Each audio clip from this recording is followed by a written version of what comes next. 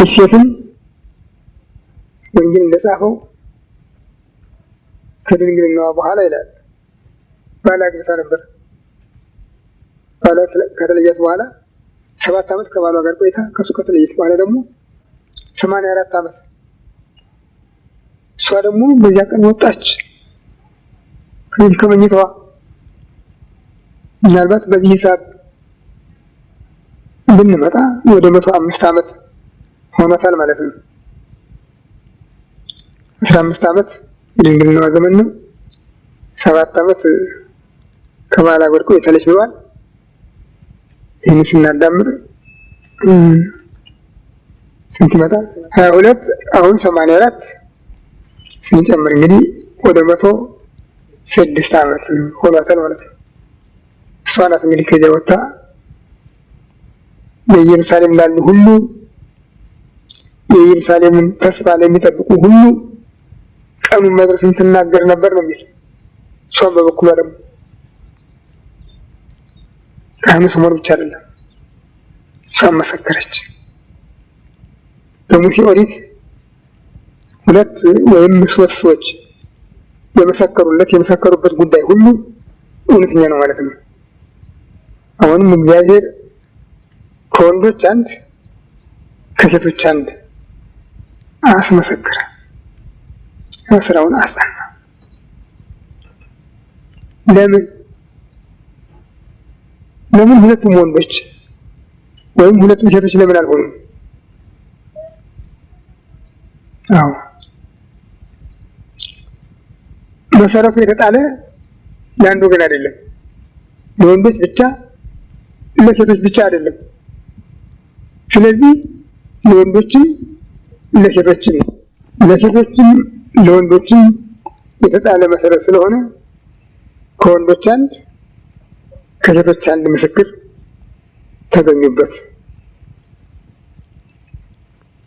የሚገርማችሁ የቁጥሩን መልክ የጠበቀ መሆኑ ነው። እሱ በ40 ቀኑ ነው የገባ። ለዚህ ወይም የ80 ዓመት ባልቴት ነበረች እና የ40 ቀን የ80 ቀን ህፃናት በጥምቀት ወደ ቤተ እግዚአብሔር ገብተው የእግዚአብሔር ልጆች ለመሆን የሚችሉበትን ስልጣን አምላክ ሰው ሆኖ በዛሬው ቀን መሰረተ። በዕለተ ስቅለቱ ደግሞ ትኩስ ደም ጥሩ ውሃ አፍሶ በጥምቀት ወደ ቤተ እግዚአብሔር የሚገቡ ሁሉ በውሃ ተጠምቀው ስጋውን ደሙን ተቀብለው የእሱ አካል ህዋሳት እንዲሆኑ ፈቀደ። ይህ ነው የማዕዘኑ ደንጊያ የሚሰበስባቸው ደንጊያዎች እንግዲህ በዚህ በዛሬው ዕለት በፈጸመላቸው ስርዓት ታቅፈው ከሱ ጋር ተሳስረው የሚኖሩ ናቸው። እዚህ ድንቅ ስራ ነው፣ አስደናቂ ስራ ነው። እሱ ሲለው ሁሉም ይሆናል። ሁልጊዜ እኔ ያስደንቀኛል ነገሩ። ቅዱስ ያሬድ ለዚህ ቀን የደረሰው ድጓ ሁሉ በጣም ከባድ ነው። ያመሰግነዋል በጣም ስምዖን እንደ ኪሩቤል ሆነ፣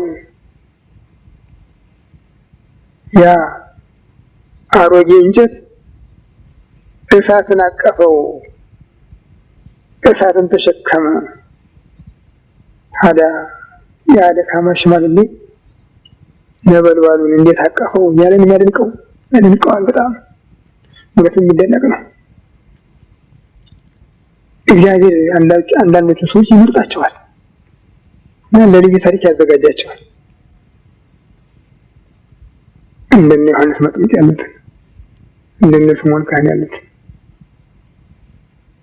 የሌሎቹ በጊዜ ተጀምሮ በጊዜ የሚያልቅ ሲሆን የዚህ አባት ታሪክ ግን አስቡ በተጀመረ በ300 ዓመት ነው ያለቀ። 300 ዓመት ሲጠብቅ ኖሮ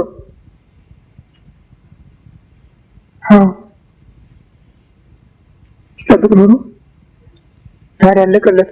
ያውም ለምኑ ሞት ስጠኝ ብሎ ምሕረት ይበቃኛል እንዳዘዝ እስካሁን ቆይቻለሁ። አሁን ግን ምሕረት ይበቃኛል። ዓይኖች ያንተን አዳኝነት አይተዋል። በሕዝብ ፊት ያዘጋጀኸውን ለአሕዛብ ብርሃን ለእስራኤል ክብር ያዘጋጀኸውን አይተዋልና ይበቃኛል ያለው። አንቺማ ጦር በልብሽ ይተከላል ያላት። አዎ ከዚያ ቀን ጀምሮ እስከ ዕለተ ዕርገቱ ቀደም ብሎም የትንሣኤውን የምስራች እስከሰማችበት ቀን ድረስ ስትንጠለጠል ኖረች። አንድ ቀን ሳታምነው ውሎ ይገባል ሳትል እዚህ ቦታ ወድቆ ይቀራል እንዳለች የእናትነት ልቧ ሲያስጨንቃት ኖረ። አምላክ መሆኑን እንኳን እያወቀች የሚደንቀው ይሄ ነው።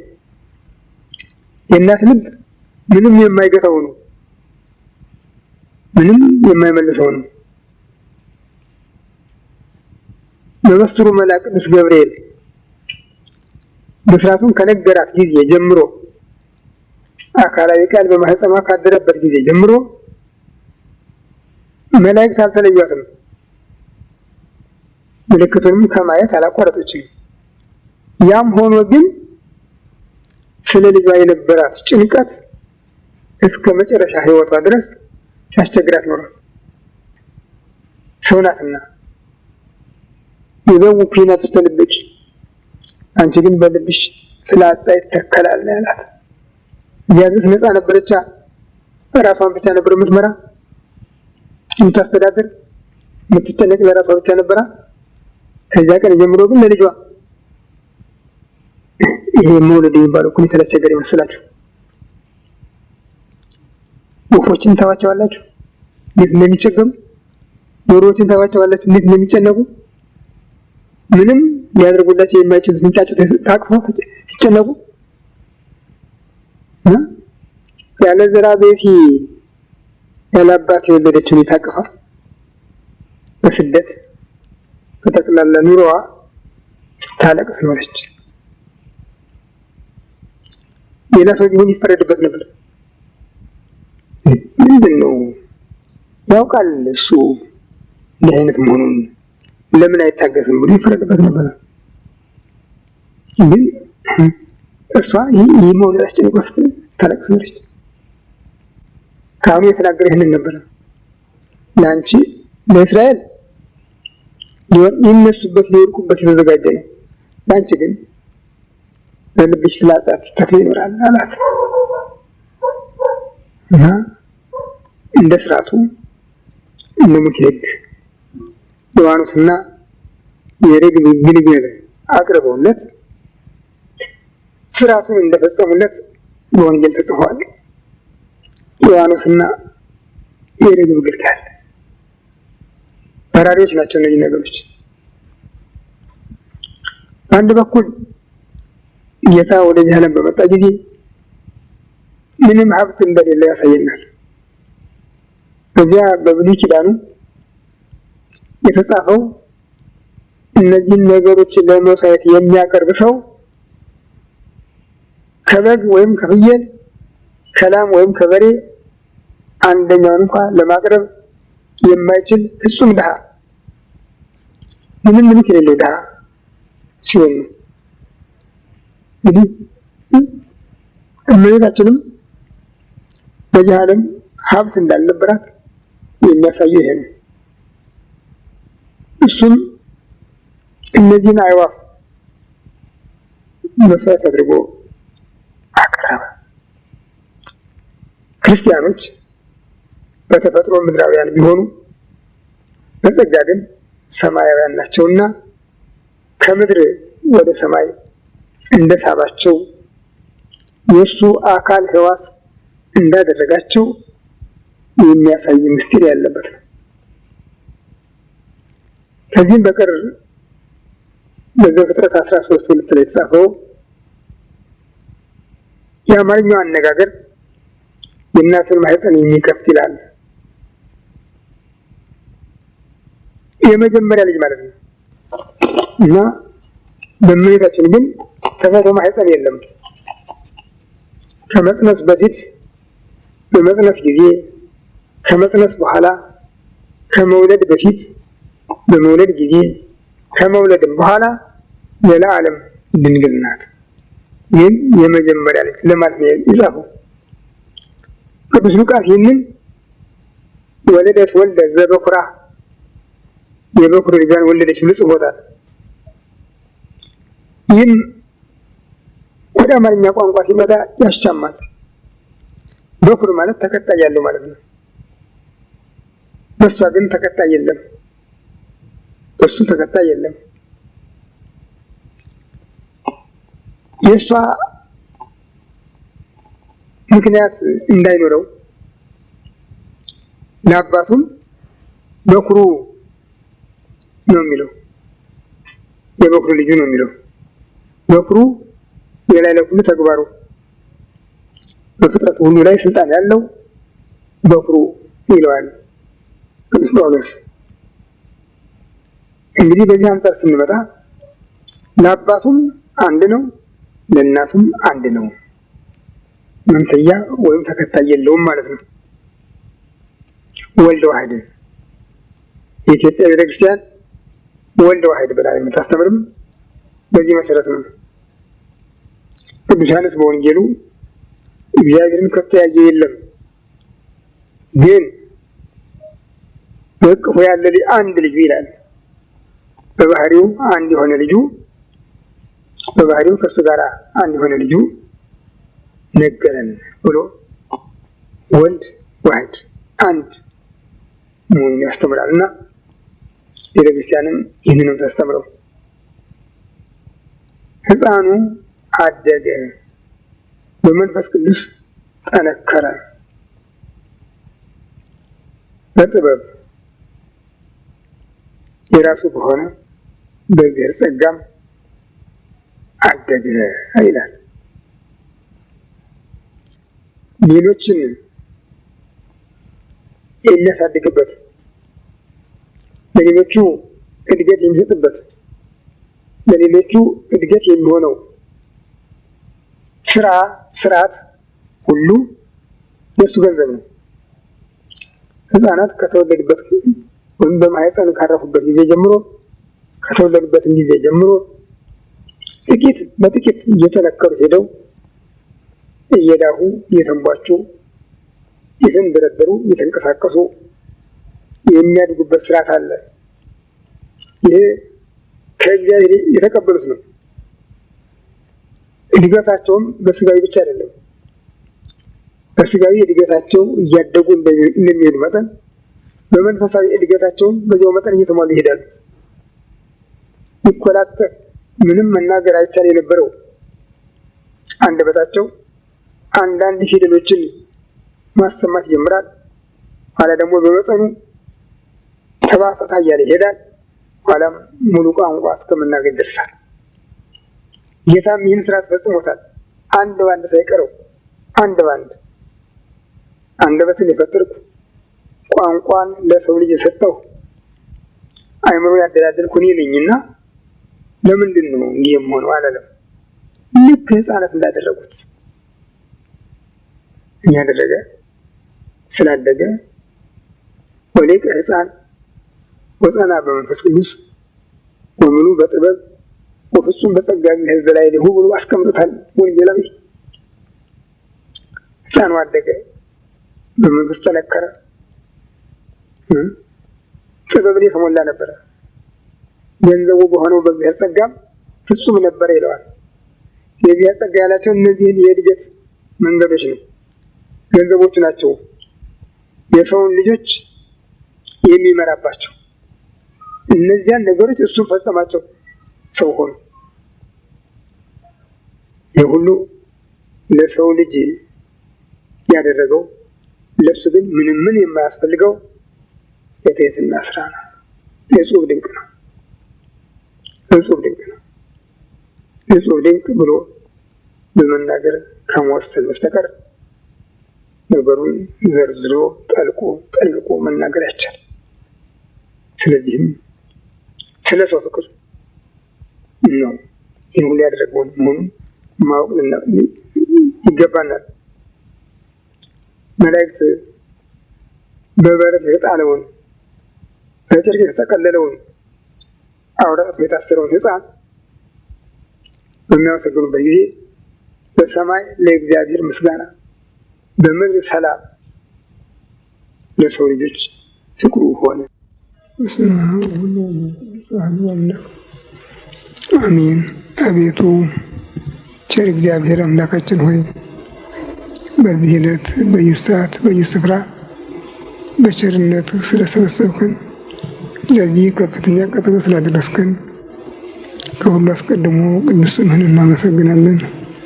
ቸር እግዚአብሔር አምላካችን ሆይ 2 ወይም 3 ሆናችሁ በስሜ ከተሰበሰባችሁበት እኔም ከዚያ በመካከላችሁ አለሁ ብለሃልና ቃል ኪዳንህን እንድታጸናልን በስብሰባችን እንድትገኝልን ልናውቀው የሚገባንን የሚጠቅመንን ትምህርት እንድታስተምረን አእምሯችን የሚሸከመውን ሊረዳው ሊመረምረው የሚችለውን ምስጢር እንድትገልጽልን ቅዱስ መንፈስህን እንድታሳድርብን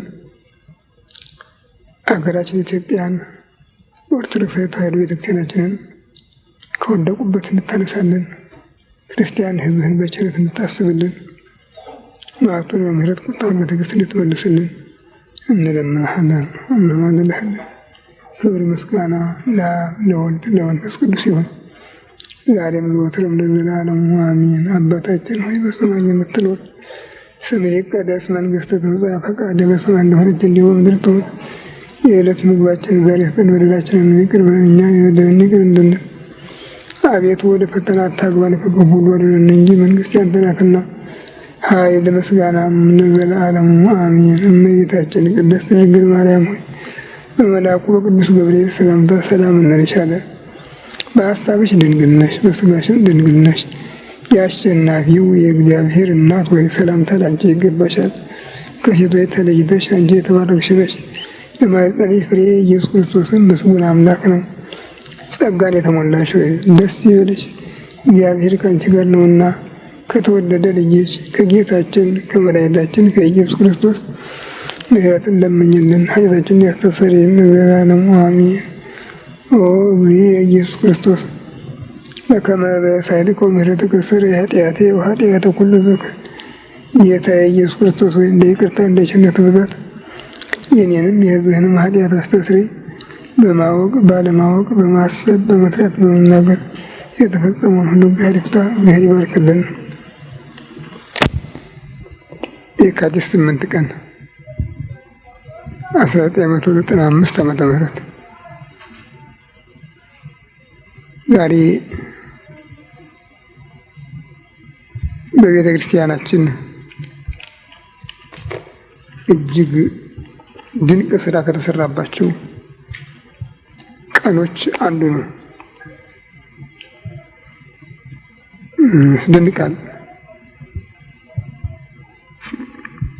እግዚአብሔር ልስራ ካለ የሚያቀተው ብቻ አይደለም፣ ቅር የሚያሰኘው ነገርም የለም። ሁሉን በፈቃዱ ያደርገዋል። ሰው ግን ላድርግ ቢል ጉልበቱ እንኳን የሚችል ቢሆን ሕሊናውን ቢለዋል ይህን አላደርግም የሚል በሽታ ይገጥመዋል። በአንድ በኩል ክብሬ ይወቅሰኛል ባይ ነው፣ በሌላ በኩል ሳይሆንልኝ የቀረሁ እንደሆነ ባይ ነው። እግዚአብሔር ግን ልስራ ባለ ጊዜ የሚሰራውን ሁሉ ፈቅዶ ያደርገዋል። የሚሳነው ነገር የለም እና በዛሬው ቀን ታላቁ የክርስትና ሕይወት መሰረት በቤተ እግዚአብሔር እንዲጣል አደረገ። ይህን ያደረገው መጀመሪያ በቃሉ ተነግሮ ስራውን የሰራው አምላክ ነው። በሉቃስ ወንጌል በምዕራፍ 2 ከቁጥር 22 እስከ 40 የተገለጠውን ከተመለከትን እግዚአብሔር የፈጸመው የትህትና ስራ፣ የታምራት ስራ ድንቅ ሆኖ እናገኘዋለን።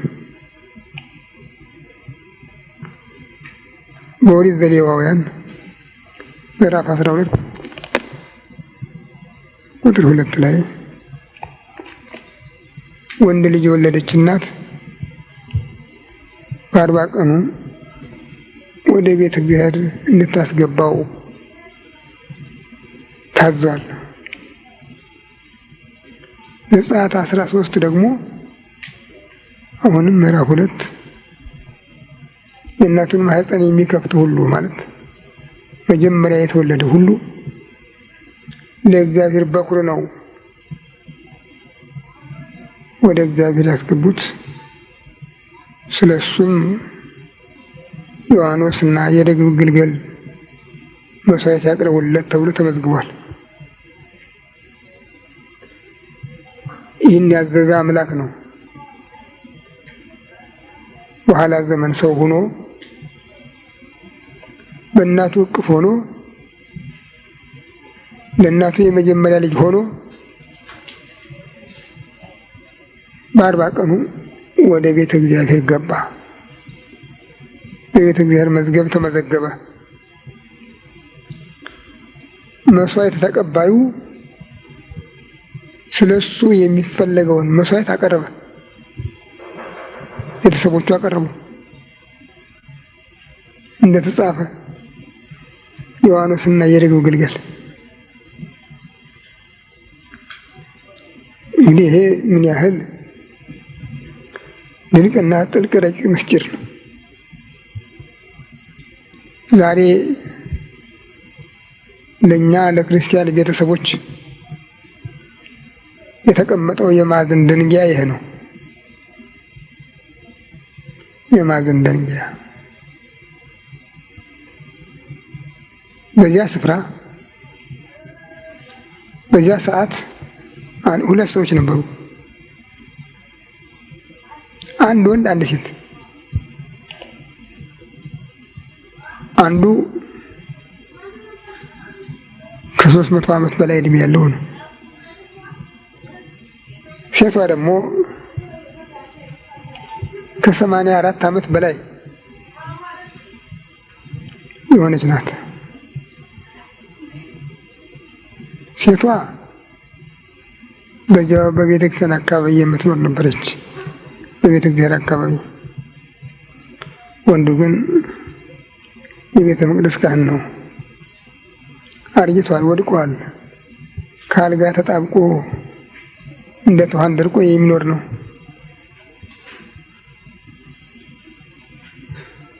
መንፈስ ቅዱስ በዚያ ቀን ቀሰቀሰው፣ ወደ ቤተ እግዚአብሔር እንዲሄድ አደረገው። ዮሴፍና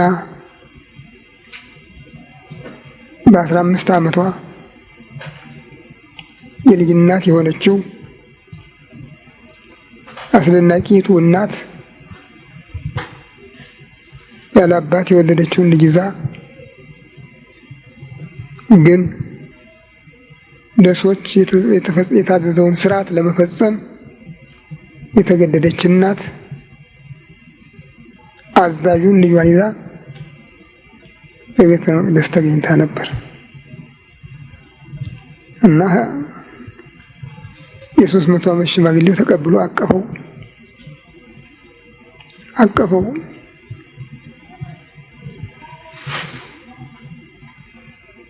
ሳመው፣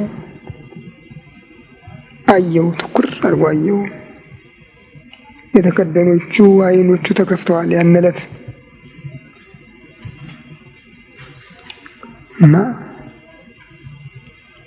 እንዳዘዝክ በሰላም ባሪያህን አሰናብተው አለ። ወደ ሌላ ቃል አልገባም።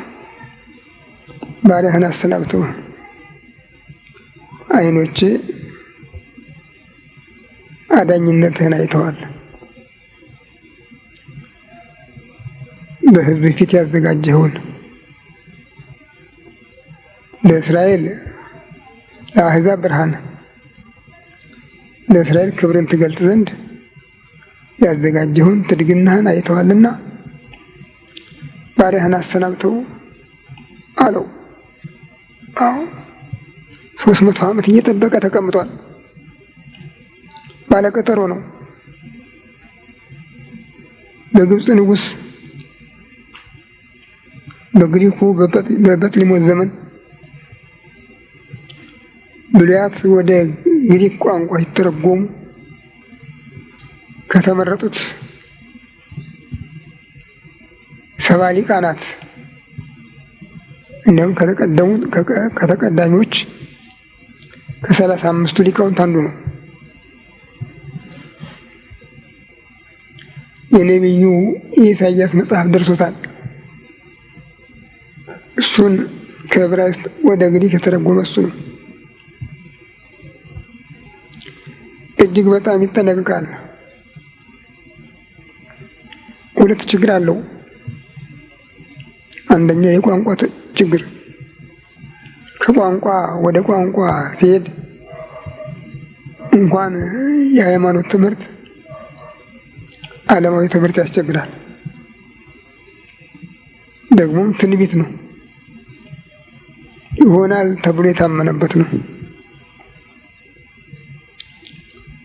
በእስራኤል ተቀብለውታል።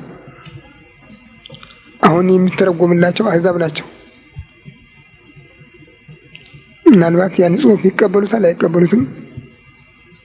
በዚህ ምክንያት ጭቅጭቅ ይነሳል አይነሳም፣ ሌላ ሀሳብ ነው። በሌላ በኩል ያ የተነገረው ነገር ይደርሳል አይደርስም፣ የራሱ የህሊና ፈተና ነው። ትንቢተ ኢሳይያስ ምዕራፍ 7 ቁጥር 14 ነው የሚተረጉም። እናንተ የዳዊት ቤቶች ሰውን ማሳዘን ማበሳጨት ድንቅ ነገር ነው። እንኳን እግዚአብሔርን ልታሳዝኑት የምትሞክሩ ለምንድን ነው?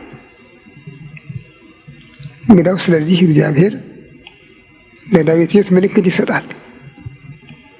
ድንግል በድንግልና ጽንሳ በድንግልና ወንድ ትወልዳለች፣ ስሙንም አማኑኤል ትለዋለች ብሎ ተናግሯል። ይህ ቃል አስቸጋሪ ቃል ነው። ኢሳይያስ የግዴታ አናጋሪ ስላናገረው ተናግሮታል። የወይን ግፊት ይሁን የመንፈስ ቅዱስ ኃይል ይሁን ሌላ ሰው ሊያውቀው አይችልም።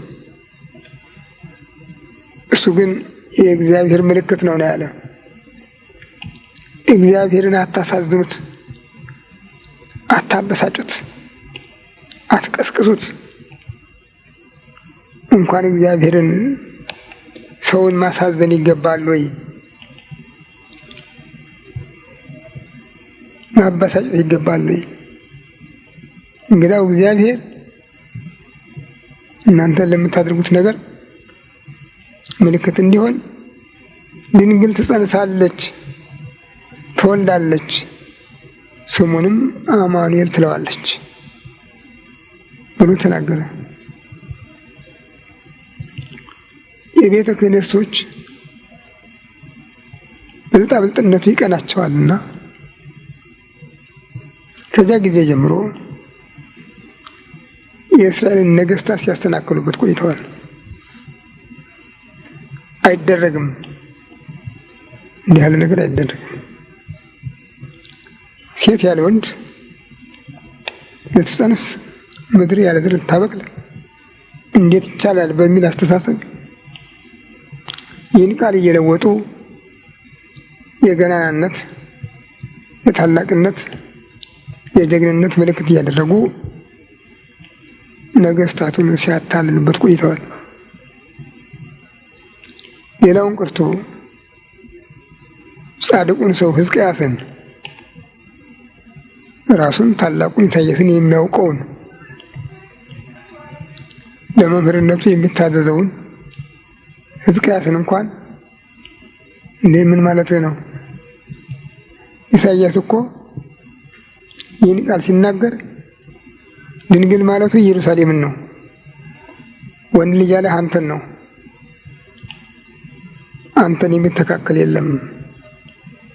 አንተን የኢየሩሳሌም ወንድ ልጅ እያሉ ያታሉት ነበር። ሰው ሞኝ ነውና እሱም በበኩሉ ሰላም ዘመን ስለነበረለት ይሆን እያለ ራሱን ያታልል ነበር። በዚህ ምክንያትም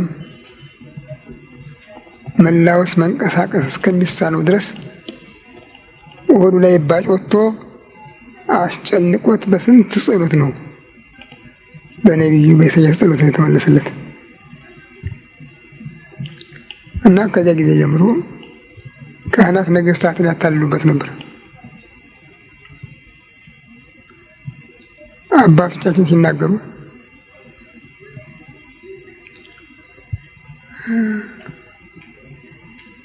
እንደ አረጋውያን በአፍ እንደ ካህናት መጻፍ ይላሉ።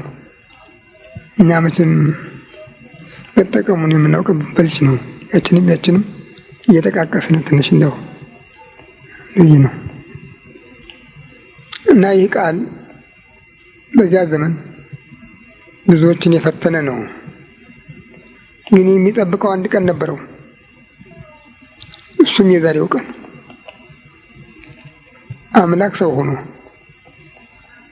ከድንግል ተወልዶ በ40 ቀኑ በድንግል እናቱ እቅፍ ሆኖ ወደ ቤተ እግዚአብሔር የሚገባበት በቤተ እግዚአብሔር መዝገብ የሚመዘገብበት እስራኤላዊ ተብሎ አምላክ እስራኤላዊ ተብሎ በቤተ እግዚአብሔር መዝገብ የሚመዘገብበት ሲጠበቅ የኖረው ቀን ደረሰ። ይህ መጽሐፍ ነበረ ለካህኑ ለስምዖን የደረሰው። ሊቁ የብሉይ ኪዳን ሊቅ እንዲተረጉም ከረዳቱ ጋር እያመላለሰ አነበበው። ከምዕራፉ ከቁጥሩ ሲደርስ እያመላለሰ አነበበው። ምን አይነት ቂልነት ነው! ድንግል በድንግልና ጸንሳት በድንግልና ትወልዳለች ብሎ ማውራት ምን የሚባል ነው? ይሄ ሊሆን አይችልም። የግብፁ ንጉሥ ግሪካዊ በጥሊሞስ ይህን ብጽፍ ይቀጣኛል ብሎ ወለት ሴት ልጅ ወንድ ልጅ ትወልዳለች ብሎ ጻፈ እና ያን አሳርፎ ቀለም ጠቅሶ ወደፊቱ ለመሄድ ከቀለሙ ቀለም ጠቅሶ መለስ ሲል ሴት ልጅ የሚለውን ሰርዞ ደምስሶ መላክ ድንግል የሚል ጽፎበታል። ተሳስቼ ነው ብሎ እንደገና ያን ፍቆ እንዳሰበው ጻፈ። አሁንም ደገመው 3 ጊዜ ካደረገ በኋላ አቅም ሲያጠቶ በሶስተኛው ምንድን ነው ያለው? ይህን የተጠራጠርክበትን ጉዳይ ሳታየው አትቀርምና ተወው። ይህ ከንጉሥ በጥሊሞስ ዘመን እስከ መድኃኒታችን መምጣት 300 ዓመት ነው። ከዚያ በፊት የነበረውን እድሜ አልቆጠረውም። የሰው እያረጀ አይኑ ተከደለ፣ ሕዋሳቱ ሁሉ መንቀሳቀስ አቃታቸው። ቤቱ ተኝቶ ይኖራል እንዳሮጌ እርኩም። በዚያ ቀን ግን ያ ሳታየው አትሞትም ያለው መንፈስ ቅዱስ ቀሰቀሰው። ከተኛበት ተነሳ። የማንንም እርዳታ አልፈለገም። በቀጥታ ወደ ቤተ መቅደስ ገባ። ታላቁ ካህን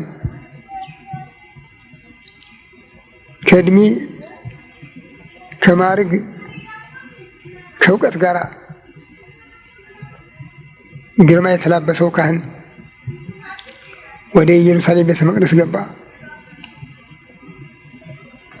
ያ ቤተ መቅደስ ባዶ ነበር። ታቦት የለችም፣ ጽላት የለችም። የእግዚአብሔር ስም ብቻ አለ እና ዛሬ ግን ዋናው የውጣ ምሳሌው የሆነው አካላዊ ቃል ሰው ሆኖ ታቦት ምሳሌዋ የሆነችው አማናዊት ድንግል ጽዮን ልጇን አቅፋ እዚያ ቦታ ነበሩ። ካህኑ ለአገልግሎት ገባ።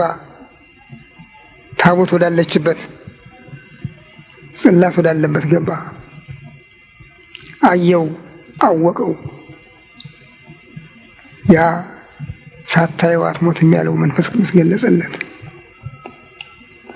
አሁን አሰናብተኝ አለው። ቀጠሯቸው ደርሷል። ባሪያህን አሰናብተው እንዳዘዝክ በሰላም ባሪያህን አሰናብተው።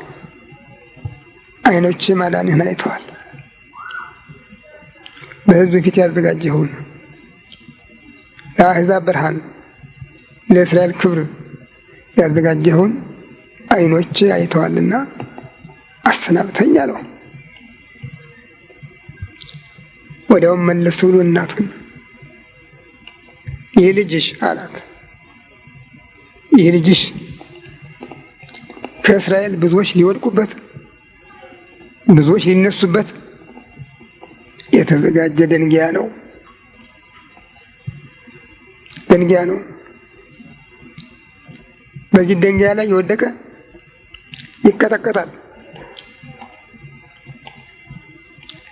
ድንጋዩም የወደቀበት ይፈጫል ነው ያለው። ይፈጫል። ይህ ልጅሽ ከእስራኤል ብዙዎች ሊወቀሱበት፣ ሊነሱበት፣ ሊወድቁበት የተዘጋጀ ነው። አንቺም እኮ ነው ያላት፣ በልብሽ ጦር ይገባበታል አላት።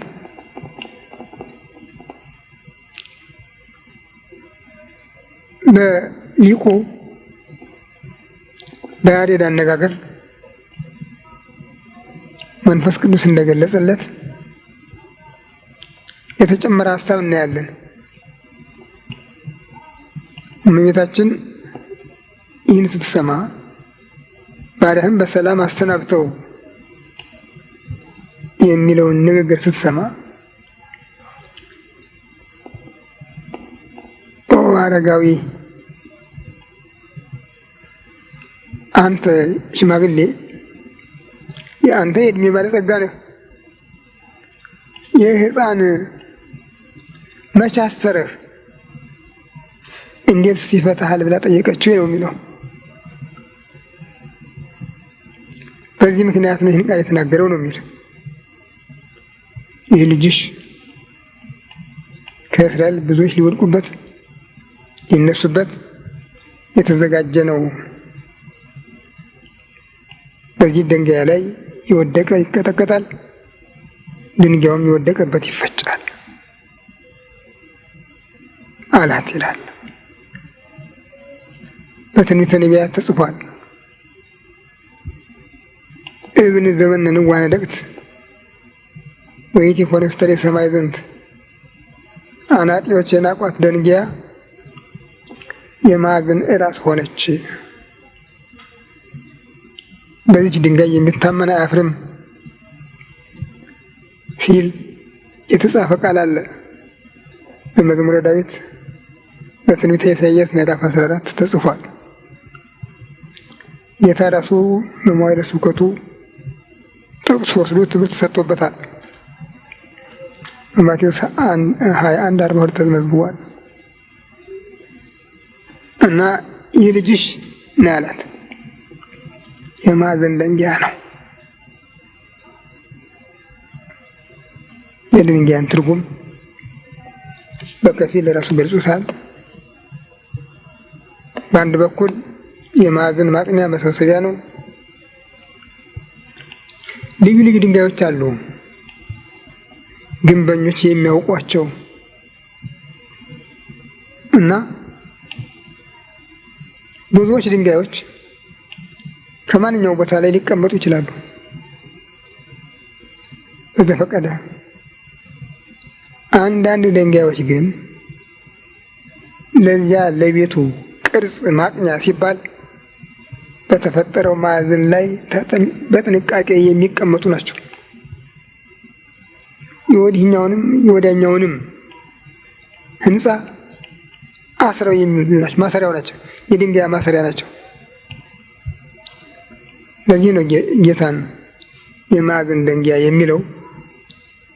ለቀደሙ አበው በኋላ ለተነሱ ውሉድ በብሉይ ኪዳን ለነበሩ በሐዲስ ኪዳንም ለነበሩ እስከ ዕለተ ምጽአት ላይ የሚኖሩ ሁሉ ለሰው ልጆች አሰባሳቢ ይለዋል።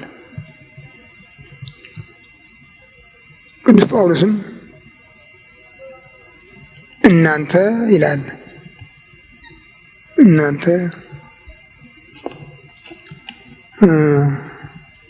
በማዕዘኑ ደንጊያ ላይ የምትሰሩ ሕዋሳት ናችሁ ይላል። ያ የማዕዘን ደንጊያ ለቤተ ክርስቲያኒቱ አቋም ዋናው እሱ ነው። ሁላችንም በሃይማኖት ከጸናን፣ በእውነተኛው ሃይማኖት ውስጥ ከተገኘን የዚያ የማዕዘን ደንጊያዎች ዘርፎች ነው። ታነጽክሙ ዲበ መሰረተ ነቢያት ወሐዋርያት እንዘ ክርስቶስ ርእሰ ሰማይ ዘንት። እናንተ ክርስቶስ የማዕዘኑ ራስ ሆኖ በሐዋርያት በነቢያት መሰረት ላይ ተሰርታችኋል ይለናል። መሆኑ ከተገኘ ማለት ነው። እንድንሆን ግን ግድ ነው። ለዚህ ነው ጌታ ዛሬ ወደዚያ ቤተ መቅደስ የገባው። ጌታ ወደ ቤተ መቅደስ በመዋዕለ ስብከቱ የገባባቸው ምልክት ያላቸው ቀኖች ሁለት ናቸው። እርግጥ ብዙ ጊዜ በቤተ መቅደስ ይገኛል። እነዚህ ግን ልዩ ናቸው። አንዱ የዛሬው ቀን ነው፣ ሌላው የዕለተ ሆሳዕና ቀን ነው። ሁለቱም የመስዋዕትነት ቀኖች ናቸው እና እኛን የሰውን ልጆች ወደ አንድ ወገን የእግዚአብሔር ቤተሰብ አድርጎ ሊሰበስበን በዛሬው ቀን ወደ ቤተ እግዚአብሔር ገባ። እንደ ልጆች ልጅ ሆኖ ዘመኑ የማይቆጠር አምላክ ቀን ተቆጥሮለት ቦታ የማይወስነው አምላክ ቦታ ተወስኖለት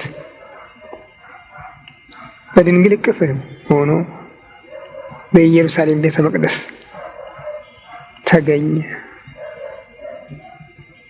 ይሄ ነው እንግዲህ በስርዓተ ክርስትና ከክርስቲያን ቤተሰብ ለሚወለዱ ሁሉ ለሴቶችም ለወንዶችም የእግዚአብሔር ልጅ ለመሆን የሚችሉበት እድል የተመሰረተ የሚችሉበት ስልጣን የተሰጠ መሰረቱ ይህ ቀን ነው። ፍጻሜው ግን ዕለተ ስቅለት ነው።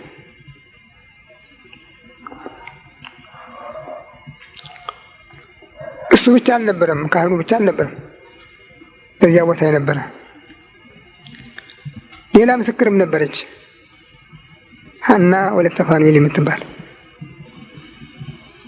ከድንግልናዋ በኋላ ባል አግብታ 7 ዓመት ከባሏ ጋር ቆይታለች።